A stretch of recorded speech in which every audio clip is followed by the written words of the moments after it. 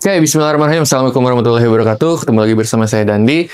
Dan di video materi kali ini kita akan bahas nggak jauh beda dari teknik support resisten ya. Cuman kali ini kita akan bahas sedikit berbeda, yaitu dari perubahan ya dari SBR dan juga RBS. Nah, oke. Nah, jadi dari teknik SNR ini, kita tidak hanya memperhatikan support atau resistennya saja, tapi ketika supportnya tembus, maka area support tersebut apakah tetap menjadi support atau berubah menjadi resisten, ataupun sebaliknya. Nah, di sini kita akan bahas, teman-teman ya.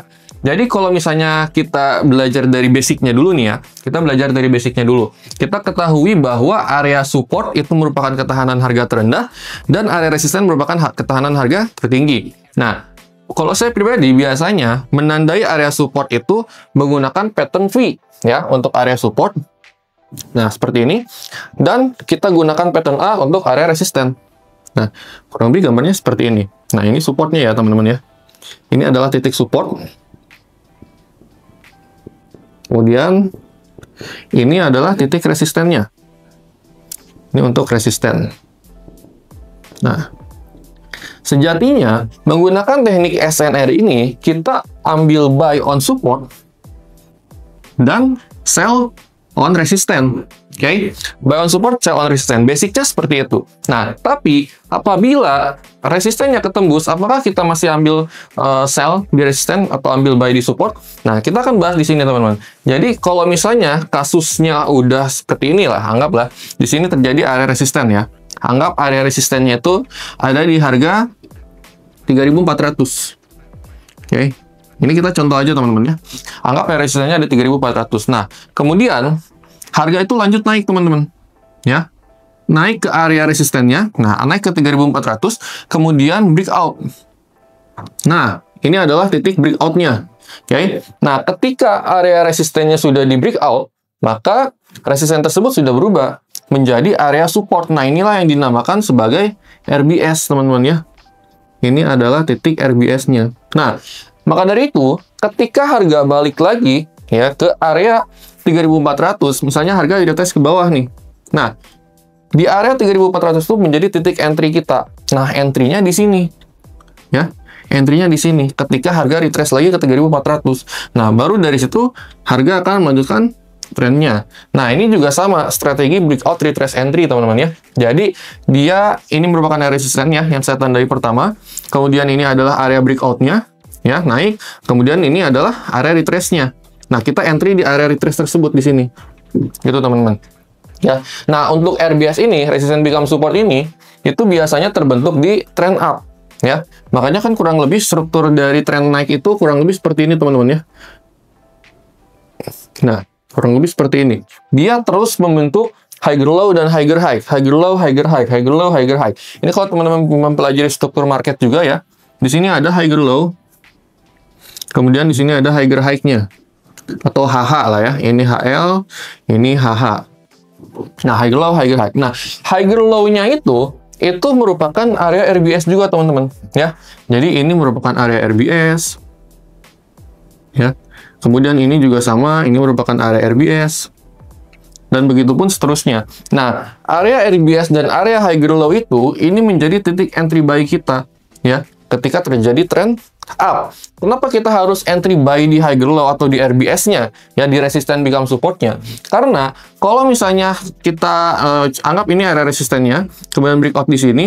Nah, misalnya kita kalau nge-buy-nya terlalu atas, ya, ketika harga breakout kita langsung ambil buy, dan kita ambil buy-nya terlalu atas, maka yang ditakutkan adalah kita posisinya ketarik dulu ke bawah.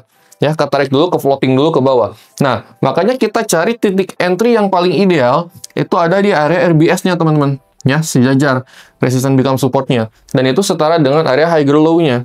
Kayak gitu. Nah, setelah membentuk pola RBS, dan teman-teman bisa entry di sini, ya, silahkan gunakan SL dan TP. Oke? Jadi jangan sampai nggak pakai SL, karena ini bisa jadi invalid. Ini masih ada potensi untuk invalidnya, walaupun secara persentase potensinya lebih besar untuk dia melanjutkan kenaikan. Tetap kita gunakan SL. Nah, SL-nya di mana? Kalau saya pribadi biasanya saya batasi 200 pip ke bawah ya. 200 pip jaraknya dari area RBS-nya. Jadi kita entry-nya di RBS, anggap RBS-nya ada di 3400 ya. Kemudian kita pakai SL 200 pip di bawah RBS-nya. Biasanya saya berarti kalau entry di 3400 berarti SL-nya ada di 3380 berarti ya, dikurangi 20 poin. 3380 untuk SL-nya. Nah, untuk TP-nya berarti kita ada di 3420. Jadi masing-masing 200 pip, teman-teman. Ini TP-nya juga kita tarik TP-nya di 200 pip juga sama. Nah, biasanya ketika kita entry dengan TPS masing-masing 200 pip, ya, kalau ketika nyentuh SL, itu dia harus tembus RBS-nya dulu. Ya, harga harus tembus RBS-nya dulu buat bisa nyentuh SL kita. Ya, buat bisa nyentuh SL kita. Tapi, buat nyentuh TP kita, ini jauh lebih mudah. Kenapa? Karena biasanya dari RBS ke resisten selanjutnya, itu biasanya jaraknya tidak kurang dari 200 pip. Ya, biasanya jaraknya di atas 200 pip. Anggap dari RBS ke resisten ini, ya, dari RBS ke resisten ini, harga itu kurang lebih di 300 sampai 500 pip. Ya, otomatis kalau kita set TP di 200 pip, TP kita ada di bawah area resisten. Ya, kalau TP kita ada di bawah area resisten dan harga naik mengejar resistennya, TP kita bakal kesentuh duluan. Jadi sistem trading seperti ini akan lebih memperbesar akurasi teknik kita, teman-teman ya. Lebih besar potensi kita bisa profit. Kayak gitu. Nah, ini untuk kasusnya trend up. Nah, kalau kasusnya trend turun kayak gimana? Nah, contoh kayak gini, teman-teman. Trend turun itu kan dia bentuk dari strukturnya itu seperti ini ya. Nah, pokoknya harganya makin menukik ke bawah, makin kanan, makin menukik ke bawah. Nah, berarti kita tandai ini. Ini adalah area supportnya nih, ya. Ini adalah area support. Nah, kemudian di breakout di sini, teman-teman ya. Nah, ini menjadi titik breakoutnya. Maka dari itu, area support tersebut sudah tidak valid lagi menjadi support, tapi dia berubah menjadi resisten ya. Support become resisten. Maka dari itu ketika harga retrace lagi balik lagi ke area SBR-nya di sini ya, kita di sini entry-nya sell. Kita di sini entry-nya sell, teman-teman. Jadi udah bukan entry buy lagi. Kita entry-nya sell. Nah, sama seperti tadi. Ketika kita entry sell di area SBR-nya, kita gunakan TPSL 200 pip itu udah cukup ya. Jadi SL-nya 200 pip. 200 pip untuk SL dan 200 pip untuk TP. Nah, ketika kita udah entry di area SBR, support become resistance, itu udah menjadi titik entry paling ideal kita, teman-teman. Jadi, harga buat bisa nyentuh SL kita, dia harus tembus dulu ketahanan SBR-nya ini. Ya, SBR-nya ini harus ditembus dulu sama dia, baru bisa nyentuh SL kita. Tapi dia buat nyentuh TP kita, ya, itu bakal lebih mudah, teman-teman. Karena apa? Karena di bawah ini udah nggak ada ketahanan lagi. Ketahanan berikutnya ada di mana? Ada di support selanjutnya di sini, ya. Support 2 lah kita katakan ya ini ya. Ketahanan selanjutnya ada di support 2.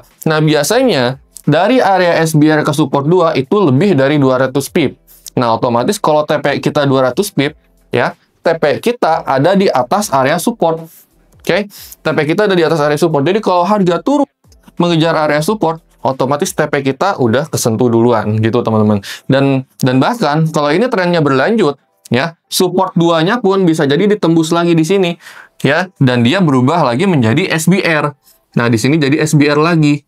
Nah, dan polanya akan terus berulang. Jadi kita bisa sell lagi di sini nggak? Bisa, teman-teman.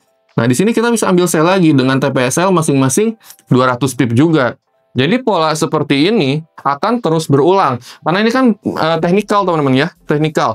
Teknikal itu polanya akan terus berulang. Jadi ketika kita udah nemu RBS di trend up atau SBR di trend turun, kita udah bisa melakukan entry posisi di titik yang paling ideal dengan TPSL dan risk ratio yang tentunya ini sangat-sangat aman buat trading, teman-teman. Oke? Jadi kurang lebih seperti itu ya penjelasan untuk support become resistant ataupun resistant become support. Mudah-mudahan teman-teman bisa memahami apa yang saya sampaikan kali ini ya.